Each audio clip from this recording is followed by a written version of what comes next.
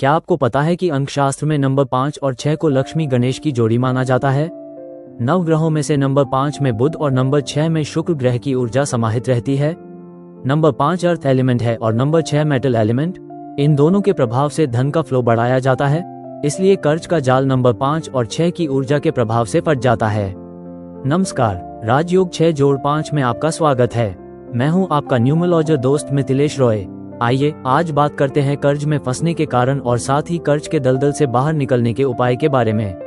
कई बार कर्ज के जाल में हम इस तरह से फंस जाते हैं कि लाख कोशिश करने के बाद भी नहीं निकल पाते। निकलने के लिए हाथ पैर मारते हैं, लेकिन मुक्त होने के बजाय और अधिक फंसते जाते हैं। कर्ज में फंसने का चाहे जो कारण हो, लेकिन सबसे मुख्य कारण ये होता है कि हमारे पास पर्याप्त धन नहीं होता जिससे हम अपनी जरूरत को पूरा कर सके, जिसके कारण विपरीत परिस्थिति में हमें कर्ज लेना पड़ता है और उस कर्ज को चुकाने के लिए फिर से किसी के सामने हाथ फैलाने पड़ते हैं।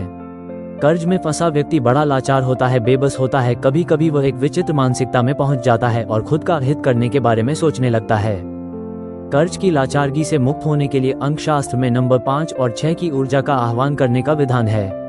कर्ज में फंसा व्यक्ति अगर अपने जीवन में नंबर 5 और 6 की ऊर्जा को एक्टिव कर ले तो उसके जीवन में धन का कोई न कोई मार्ग अवश्य खुल जाएगा, जिससे न सिर्फ उसके कर्ज चूक जाएंगे बल्कि भविष्य में वो जरूरतमंद लोगों की आर्थिक मदद करने के काबिल भी हो जाएगा। अंक 5 श्री गणेश जी की ऊर्जा है और नंबर 6 में माता लक्ष्मी की एनर्जी समाहित होती है। गणेश जी शुभ लाभ के दाता हैं और माता लक्ष्मी धन की स्वामिनी। दुनिया भर के धनवान व्यक्तियों पर इन्हीं दोनों की कृपा बरसती है। लक्ष्मी गणेश का आशीर्वाद जिसको भी मिला उनके जीवन से दरिद्रता छूमंतर हो गई। आपके पास धन का अभाव है, इसका सीधा सा मतलब है कि आप पर लक्ष्मी गणेश प्रसन्न नहीं है। लक्ष्मी गणेश को प्रसन्न करने के लिए नंबर 5 और 6 की ऊर्जा को बैलेंस करना होता है, जिसके लिए किसी अनुष्ठान, किसी रत्न या मंत्र जप की आवश्यकता नहीं पड़ती। उस पवित्र ऊर्जा को हम अपने आचरण से भी आकर्षित कर सकते हैं। जरूरत है आपको अपनी दिनचर्या में कुछ बदलाव करने की। सबसे पहले तो आपके जन्मतिथि पर आधारित लू शू ग्रिड बनाकर ये देखना पड़ेगा कि उसमें नंबर 5 और 6 की ऊर्जा की स्थिति कैसी है।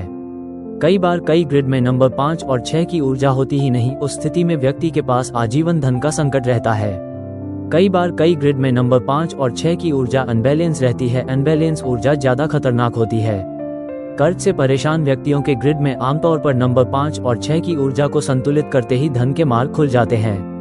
जब धन का मार्ग खुल जाता है वे धीरे धीरे करके कर्ज को चुकता कर देते हैं। कर्ज चुक जाता है और अब भी धन का मार्ग खुला है, इसलिए धीरे धीरे वे बचत की ओर बढ़ने लगते हैं और एकदम संपन्न लोगों की श्रेणी में आ जाते हैं। नंबर 5 को एक्टिव करने के लिए पेड़ पौधे लगाने और उसकी देखभाल करने की सलाह दी जाती है, जबकि नंबर 6 की एनर्जी को बूस्ट करने के लिए स्त्री जाति का सम्मान करने को कहा जाता है।